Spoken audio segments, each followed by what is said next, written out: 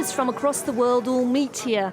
Lisbon, colourful houses, fabulous light, charm is the most popular postcard this summer. It's sunny, the people are friendly, and my children always want to go to Portugal, so we come here every 2 years. Especially like the small old houses and like narrow streets and so on.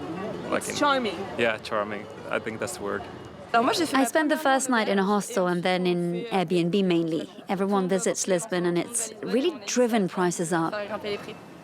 A victim of its own success, rents in Lisbon rose 20% last year, pushing residents out of the city centre. An 800 euros rental? Where did you see that? I haven't been able to find any flat in the area for less than 1,500 euros. I've even seen a 2-bedroom flat with a cellar for 2,000 euros a month. Can you imagine?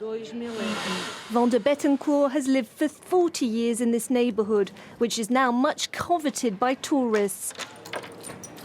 She used to pay 350 euros in rent. Hi Chris, how are you? But she's going to have to leave her apartment in a month. The owner won't renew her lease. Having a place to live is no longer a fundamental right.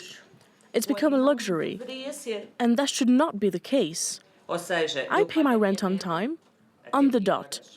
I've never not paid. So why should I end up on the street? I work. Why should I have to sleep on the street with 3 children to look after? It's just inhumane. Vanda risks eviction. With a salary of 550 euros a month, Portugal's minimum wage, she won't be able to find a flat in Lisbon. To get maximum profitability, owners are going for short-term rentals. Lisbon now has more than 15,000 tourist properties. And the market is still booming. Some estate agents are even specialising in foreign buyers. Let's go in. Let's go. This is one of the apartments that we have for sale here in Lisbon, with 2 areas, the public and the private area, with the master suites, where we have a lot of space in a very typical apartment here in Lisbon, the old part of Lisbon. 100 square metres right in the historic centre, 600,000 euros. The French and European are the #1 client that we believe will buy this apartment, and basically will be for both.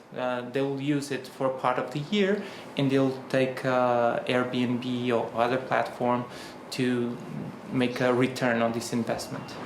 Foreign investors buy up and renovate whole apartment blocks. Portugal does everything it can to attract them. A purchase of 500,000 euros gives people permanent residency. Property has become a political hot potato in Portugal, and many residents feel hopeless. More than half the neighbourhood over there is in the process of being sold. What are they building? Luxury apartments and hotels.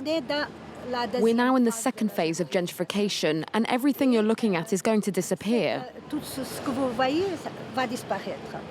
Will the whole of Lisbon simply be sold to the highest bidder? That's what Ana Benavente fears. At 73, this pensioner is still teaching at the university. She's had to move because her rent has tripled. I was forced to move here, and I pay a lot. I pay almost 50% of my pension. I think it's really unfair for me, and of course for the younger people, that we don't have the right to live in town, even though we want to be part of the community. We have our life, our work. All of a sudden, we're interchangeable. If someone in this crazy market, in this absolutely savage capitalism, pays double for this apartment, then I will no longer have it.